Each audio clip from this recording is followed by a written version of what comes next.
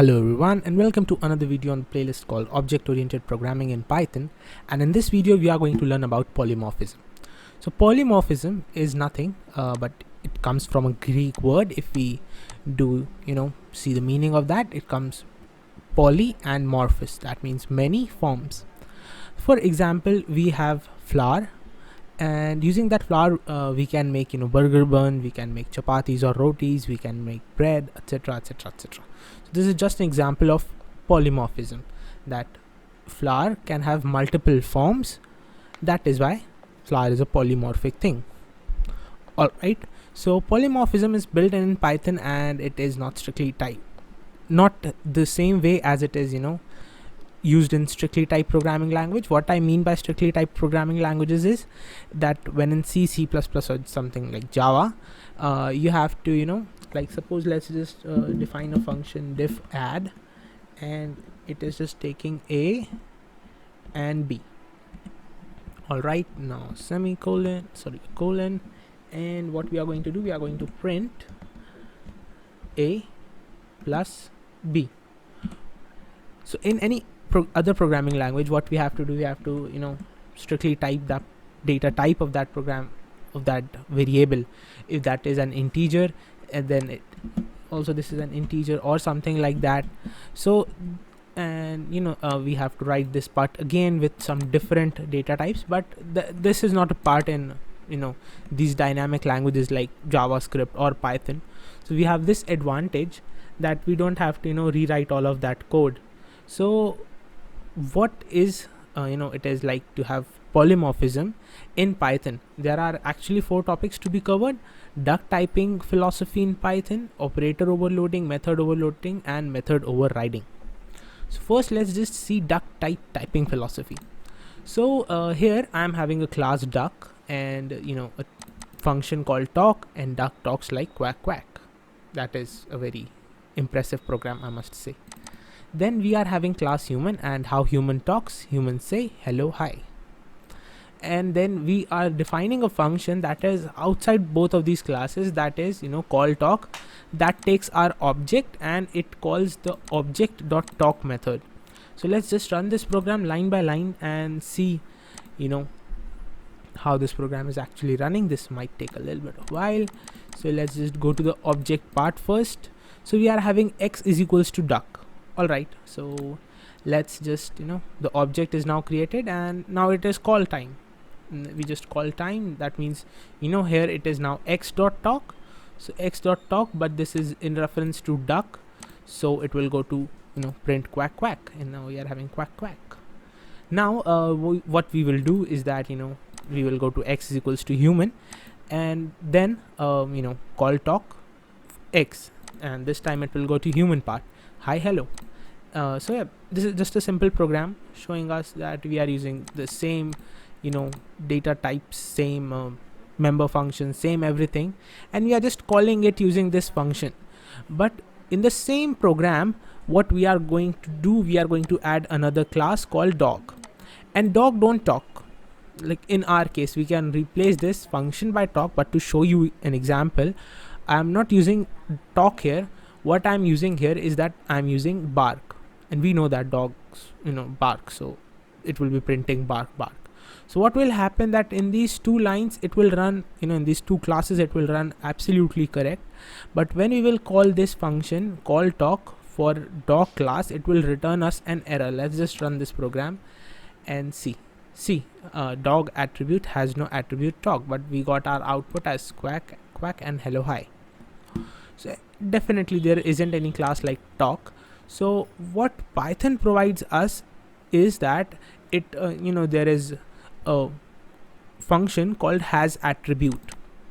We can check that whether that object is having talk attribute or it is having bark as an attribute. That means which function is defined. If talk is defined, do object.talk. If bark is defined, do object.bark, else print wrong object pass. So let's just run this program line by line and skip all those part where classes are being declared, and let's just go to object creation. X is equals to duck, it will go to call talk, and now if it is checking that do object has attribute of talk, it is actually having an attribute of talk, so it will go to that part. Object.talk is being called now, and yep, here we are, and that's it. Now we'll go to x is equals to human, call talk human. It will again check, does it have any attribute called talk? Yes, it has. So object.talk, it will go to human, and then again, now we are here at the class of dog, and in the dog class again we are having call talk. Let me just just manage this a little bit. Yes, so yes, we are having if has attribute object is equals to talk. No, it doesn't have that, so it will go to elif. Has attribute object is equals to bark. Yes, it is having object dot bark, so it will go to object dot bark and print bark bark. Well, it should have been woof woof, I believe, but no problem in that. So yep, that's it. This is how polymorphism is done in Python, and this isn't something that is available to us in other programming languages, so that is why it is this duct typing philosophy. What else we have? We are having operator overloading, also a part of this video. So let me just clear all the outputs for now. And here I am having in other programming languages, what we do is that we overwrite an operator. Suppose we have to add something, then we are using 4 plus 5, and this is an integer, then hello plus world, this is string. So an operator is being overloaded, but again, Python is dynamically typed. It doesn't it has all these things built in it. So let's just run this, and it will without any error show us 9 and hello world without any spaces, because no space was given. If we have to give space, we can give space as well. So now what we are having is that we are having a class book X and book Y. Both of them are having pages which are given at the time of object creation, and then we are adding these two objects. A pretty simple program. Run this program line by line to show you an error that we are going to encounter. Book 1 is created. Now book 1 has 100 pages and book 2 has 150 pages. Now it will go to the print line, and total pages is equals to b1 plus b2. Alright, this was an error. Unsupported operands types for addition on book X and book Y. Why are we having this error? It is because that there is nothing like addition actually declared in this class. When we are using this, we are at base class or at object class, so all the functions like addition, subtraction, multiplication are actually defined in that object class or that base class in Python. So to declare these, we are also given the features, and we will be using diff underscore addition to perform add to perform addition, and then we will pass self and other. What is this other? The next parameter that we are passing in it, and then we are returning self dot pages plus other dot pages. Let's run this program also line by line, and avoid all those classes part, and dive straight into the object. B1 is equals to object X, and it is having 100 pages. B2 is actually having 150 pages.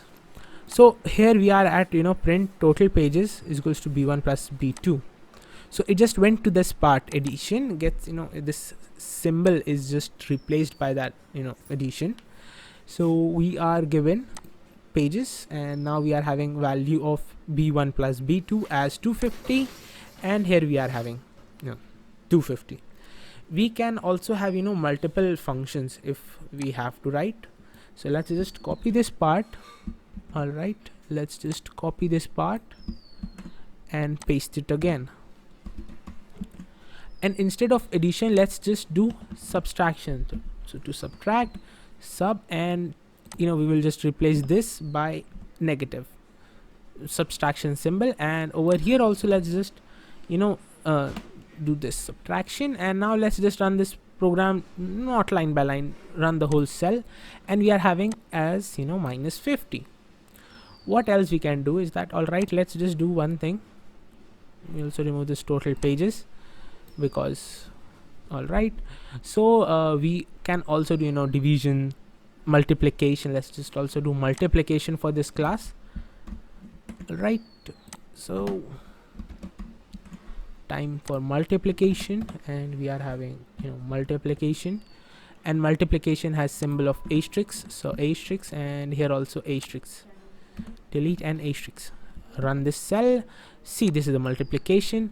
We can also have greater than or greater than equals to, and also a lot of functions that we can overwrite, operators that we can overwrite. So let me show you less than, underscore lt we can use to less than, and it will return us boolean as guessed by you guys. Less than, that means lt, and we are going to check is less than. I believe that I'm using this thing correctly, because this I'm pretty much confused with this symbol at this moment. Yeah, it is correct that 100 pages is less than 150 pages. To do greater than, what we can do, we can just change that lt to gt, and same change the symbol lt to gt, and change the symbol as well. So is 100 pages actually greater than 150 pages? No, they are not. So let's run this program. Now it should return us false. What else we can do? We can also have equals to or greater than equals to. So greater than equals to, how greater than equal to goes, like less than or equals to. Yep, all right, this is less than equals to. And similarly for greater than equals to, what we have to do is that just replace gt by ge and add an symbol greater than equals to, and like this. We also have a function called equals to. Let's also write that as well. So we are having equals to here, and we can just check equals to, and also this will also return us boolean. So let's just run this program as well, false. And what we can do, not equals to as well. So let's just first declare a function for this thing. All right, so not equals to, that should be ne, I believe, ne, and having an exclamation mark over here, and adding an exclamation mark here as well. And let's just run this true, as 100 is not equals to 150. So that's it. Operator overloading. In the next video we will see function overloading and overwriting. Those are also pretty interesting topics. Thank you so much. See you in the next video.